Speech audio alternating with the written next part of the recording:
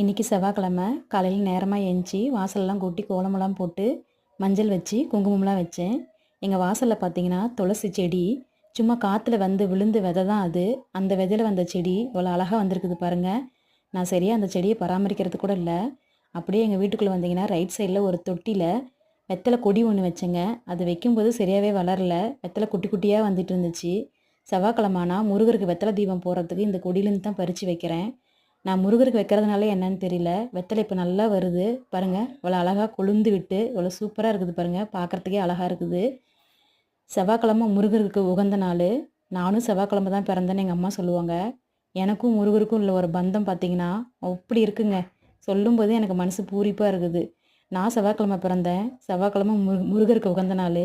எங்கள் அப்பா பேர் பழனிசாமி. என் அப்பன் முருகர். என் அப்பாவா முருகர், எங்கள் அப்பாவா பழனிசாமி. ஓம் சரவணா.